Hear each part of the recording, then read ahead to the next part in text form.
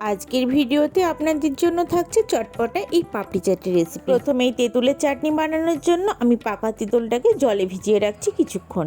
এরপরে এখানে আমি মেজারমেন্ট কাপের 500 গ্রাম ময়দা নিয়েছি। অত্যন্ত সহজ পদ্ধতিতে ঘরোয়া উপকরণ দিয়েই বানিয়ে ফেলতে পারেন বাড়িতে এই পাপড়ি চাট। এরপরে ময়দাতে আমি দিচ্ছি কালো জিরে আর স্বাদমতো লবণ। ময়ানের জন্য আমি এখানে দিয়ে দিচ্ছি 1 চামচ গাওয়া ঘি। সবটাকে খুব ভালোভাবে আমি মিশিয়ে নেব। যখন ময়দাটা এরকম মুঠোর মধ্যে চলে আসবে তখন জানতে হবে ময়ানটা কমপ্লিট হয়ে গেছে। কিছুদিন আগে মেলাতে গিয়ে পাপড়ি চাট খেয়েছিলাম, 50 টাকায় 5টা পাপড়ি দিয়েছিল। এতটাই সুস্বাদু হয়েছিল, মনটা ঠিক ভরেনি ওইটুকু পাপড়ি চাট খেয়ে। তখনই ভেবেছিলাম বাড়িতে বসে বানিয়ে মন ভরে পাপড়ি চাট খাবো। ময়ান দেওয়ার পর অল্প অল্প করে গরম জল ঢেলে আমি এই ময়দাটাকে খুব ভালোভাবে মেখে নেব। ময়দা মাখাটা আমার কাছে খুবই অপছন্দের কাজ, তাতে কি হয়েছে, রেসিপিটা তো পছন্দের, এটুকু কম্প্রোমাইজ করাই যায়। চলুন এবার গোল গোল করে লেচি করে ছোট্ট ছোট্ট করে বেলে নিই। আমি এগুলোকে একটা একটা করে বেলেছিলাম, চাইলে একটা বড় রুটির মতো করে কোনো একটা বাটির সাহায্যে ছোট ছোট করে কেটেও বানানো যেতে পারে। এবার পাপড়ি চাটের জন্য আমি কিছুটা আলু সিদ্ধ করে রেখেছিলাম, সেগুলোকে ছোট ছোট করে কেটে নেব খোসা ছাড়িয়ে। ডিসেম্বর মাস পড়ার সাথে সাথে ঠান্ডাটাও কিন্তু পড়ে চরম পর্যায়ে। সন্ধেবেলা একটু মুখরোচক কিছু হলে কিন্তু মন্দ হয় না। আলুগুলো আমার মোটামুটি কাটা হয়ে গেছে।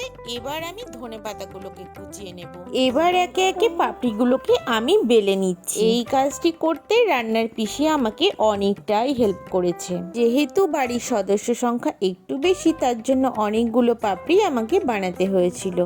এবার এই পাপড়িগুলোর গায়ে ছোট ছোট কাঁটা চামচের সাহায্যে আমি ছিদ্র করে দিচ্ছি। ইউটিউবের একটা ভিডিও দেখে আমি এই পাপড়ি চাটগুলো বানিয়েছি। এবার আমি সাদা তেলে এগুলোকে ভালোভাবে ফ্রাই করে নেব। দোকানের মতো না হলেও বাড়িতে বানানো পাপড়ি চাট কিন্তু খেতে মন্দ হয়নি।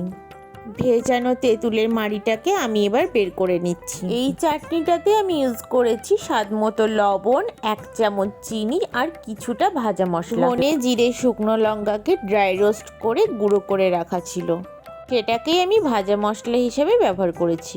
এবার চলুন সবটাকে সাজিয়ে নিই প্লেটে।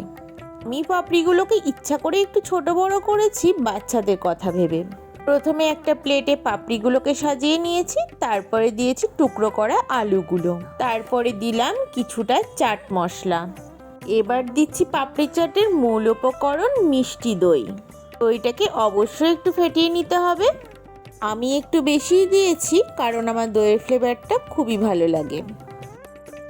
এবার এতে দিচ্ছি ধনেপাতা কুচি, চাইলে লঙ্কা কুচিও দেওয়া যেতে পারে, আমি বাচ্চাদের কথা ভেবে দিইনি। আর দিচ্ছি কিছুটা চীনাবাদাম। এবার দিচ্ছি কিছুটা বেদানা, এটার জন্য পাপড়ি চাটটা খুবই কালারফুল লাগে। অন্যদিকে আমার তেঁতুলের চাটনিটাও রেডি হয়ে গেছে। তেঁতুলের চাটনিটা আমি ওপর থেকে খুব ভালোভাবে ছড়িয়ে দেব। সব কিছু দেওয়ার পর আমি ভুজিয়াটা একেবারেই মিস করে গেছিলাম। শেষে ভুজিয়া ছড়িয়ে আমি প্রত্যেককে পরিবেশন করেছি। কেমন লাগলো আজকে আমার এই পাপড়ি চাটের রেসিপিটা? বাড়িতে পাপড়ি চাট খেতে হলে এইভাবে বানিয়ে দেখতেই পারেন।